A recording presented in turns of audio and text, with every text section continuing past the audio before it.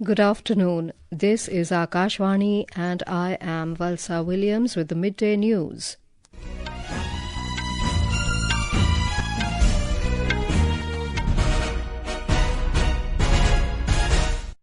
The headlines. Both houses of Parliament face adjournments amid ruckus over Union Home Minister Amit Shah's remarks.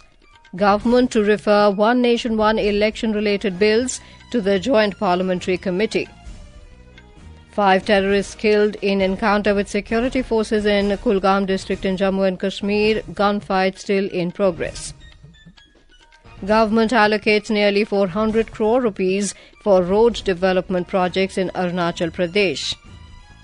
Central Railway to run 34 special trains in view of Maha Kumbh Mela in Prayagraj next month. US Federal Reserve slashes interest rates by 0.25% for the third time this year to tackle inflation.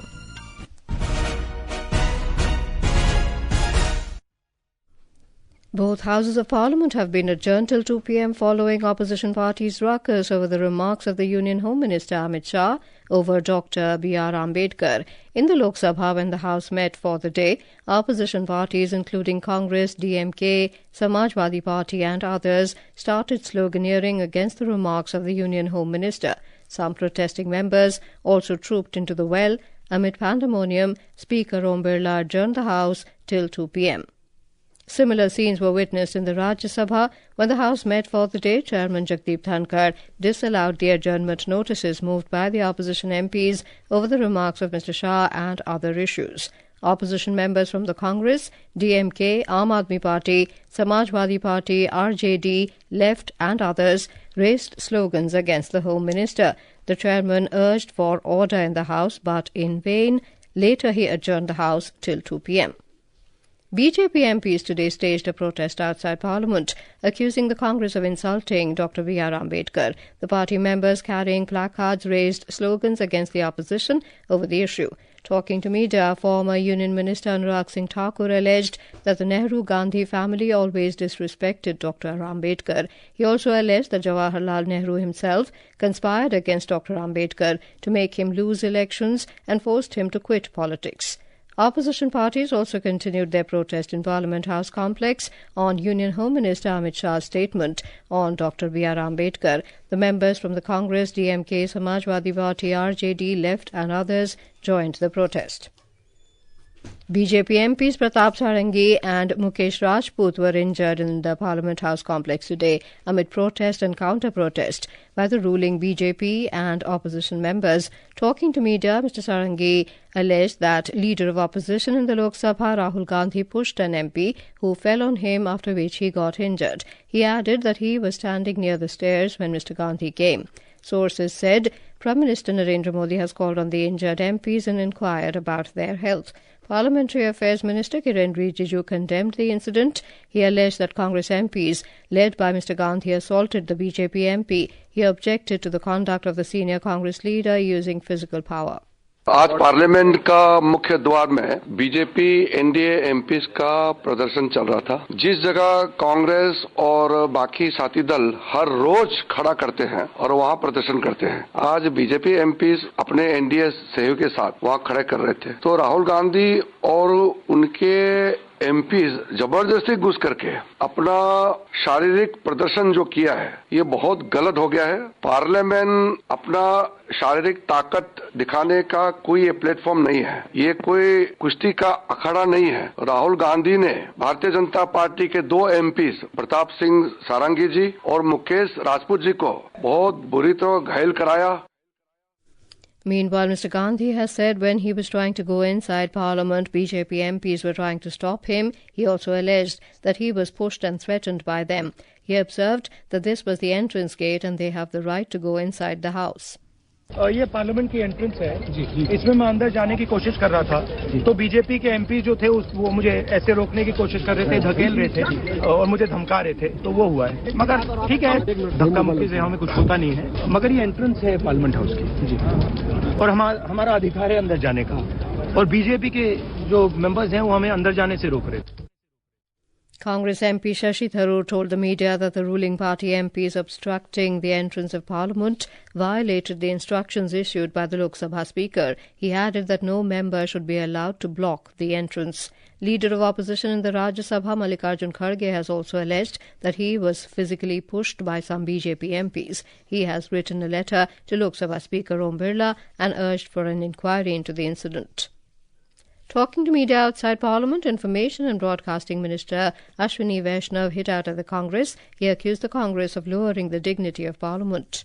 संविधान पर बहुत ही detailed चर्चा हुई और जिस तरह से कांग्रेस के इतिहास को आज पूरे देश के सामने रखा गया, उससे कांग्रेस पूरी तरह से झल्लाई हुई है और जो उनका असली काम करने का तरीका है वो आज सामने आया। किस तरह से उन्होंने हमारे दो सांसदों को धक्का मुक्की करके उनको घायल किया।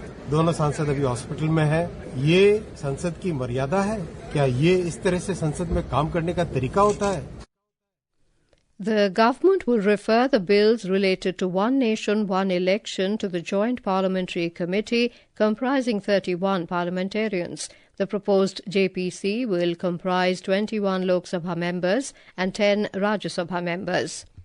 The bills are officially named as the Constitution 129th Amendment Bill 2024. This is Akashvani giving you the news. For quick news updates round the clock, follow us on our X handle at AIR News Alerts, and for details of stories and more, log on to our website www.newsonair.gov.in and download News on AIR app. Welcome back to the midday news. In Jammu and Kashmir, 5 terrorists have been killed in an ongoing anti-terrorist encounter with security forces in South Kashmir's Kulgam district this morning. An army spokesperson said 2 soldiers also suffered injuries and have been evacuated for medical care. Last night, the cordon and search operation was launched in the area on the basis of specific input about the presence of terrorists. Security sources said as the joint forces approached the suspected place in Kader village, the hiding terrorists fired indiscriminately, triggering a fierce gunfight. The army spokesperson said the identity of the killed terrorists is being ascertained. Union Home Minister Amit Shah will chair a high-level security meeting this evening with special emphasis on the situation in Jammu and Kashmir. Lieutenant Governor of Jammu and Kashmir Manoj Sinha will also attend the meeting, which is being held in New Delhi. National Security Advisor Ajit Doval, Union Home Secretary Govind Mohan, Director IB Tapandeka, senior army officers, DGP of Jammu and Kashmir and other senior officers are expected to attend the meeting. The centre has allocated 398 crore rupees for the road development projects in Arunachal Pradesh. In a social media post, Road Transport and Highways Minister Nitin Gadkari said the fund has been allocated for 19 state district road development projects under the Central Road and Infrastructure Fund during 2024-25. He said these initiatives aim to enhance last-mile connectivity in border regions, facilitating seamless access and fostering socio-economic growth across the state. Central Railway has announced plans to run 34 special trains to manage the expected surge in passenger traffic during the Maha Kumbh Mela in Prayagraj, Uttar Pradesh.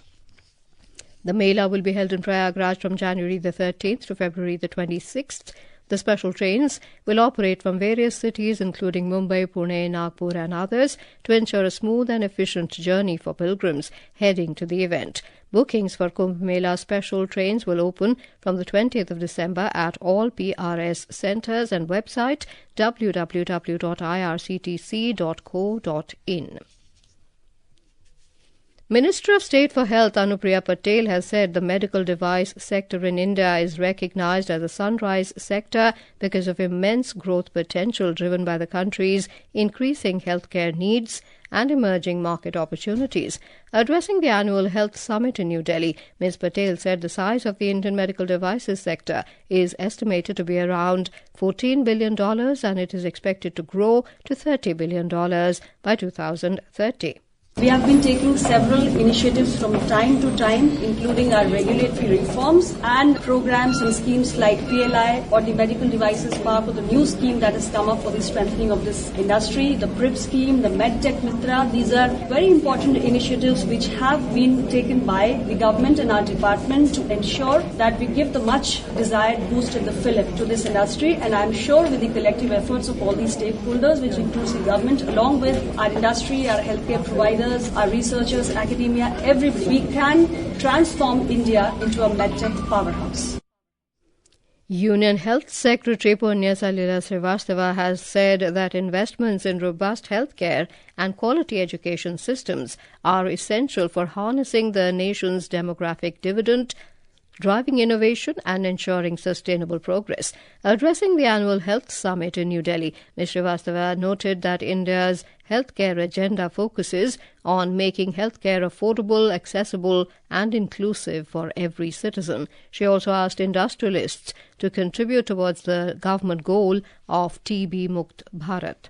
CII has organized this summit, chart out the journey for Viksit Bharat at 2047, and I'm sure that the deliberations will be very useful to us because they've really chosen very relevant topics for the roadmap ahead, and I'm sure that we will get good inputs for our strategy also for Viksit Bharat at 2047. I've also used the occasion to ask them to contribute towards our goal for TB Mukt Bharat, and they have agreed to come forward in a very big way. Search and rescue operation is underway in the Mumbai boat collision incident, in which 13 persons, including 3 defence personnel, lost their lives yesterday. As per reports, 2 people are missing. Expressing grief over the incident, Prime Minister Narendra Modi has announced an ex gratia of 2 lakh rupees for the kin of the deceased and 50,000 rupees assistance for injured individuals. Chief Minister of Maharashtra Devendra Fadnavis has announced that an aid of 5 lakh rupees will be provided to the families of the deceased. According to the Indian Navy, a Navy craft undergoing engine trials lost control and collided with a passenger ferry off Karanja, Mumbai last evening. The U.S. Federal Reserve announced to cut interest rates by 0.25% last night, the third cut this year. The U.S. Central Bank signalled a slower pace of cuts ahead, triggering a sharp sell-off in the key financial markets. The Fed announced in a statement that policymakers voted 11-1 to lower the central bank's key lending rate to between 4.25% and 4.5%. Briefing media about the decision, U.S. Fed Chair Jerome Powell said while U.S. inflation has eased significantly, however, compared to the U.S. Fed's long-term target of 2%, the level is still high. He added that the Fed was now significantly closer to the end of its current easing cycle. Inflation has eased significantly over the past 2 years, but remains somewhat elevated relative to our 2% longer-run goal. Longer-term inflation expectations appear to remain well anchored, as reflected in a broad range of surveys of households, businesses, and forecasters, as well as measures from financial markets. Our monetary policy actions are guided by our dual mandate to promote maximum employment and stable prices for the American people. Domestic benchmark indices Sensex and Nifty 50 crashed over 1% each in afternoon trade today, following the U.S. Fed rate cut outlook. The 30-share BSE Sensex slipped 930 points to 79,252, and NSE Nifty 50 dropped 241 points to 23,957 when reports last came in. The air quality in the national capital continues to be in the severe category with an average air quality index, AQI of 457 as of 1 p.m. this afternoon. According to the Central Pollution Control Board, some areas of the city have breached the 450 AQI levels into very poor category. In news just in, both houses of Parliament have been adjourned for the day. And now, before we end the bulletin, the headlines once again. Both houses of Parliament face adjournments amid ruckus over Union Home Minister Amit Shah's remarks. 5 terrorists killed in encounter with security forces in Kulgam district in Jammu and Kashmir. Gunfight still in progress. Government allocates nearly 400 crore rupees for road development projects in Arunachal Pradesh. Central Railway to run 34 special trains in view of Maha Kumbh Mela in Prayagraj next month. And US Federal Reserve slashes interest rates by 0.25% for the third time this year to tackle inflation. And with that, we end the midday news.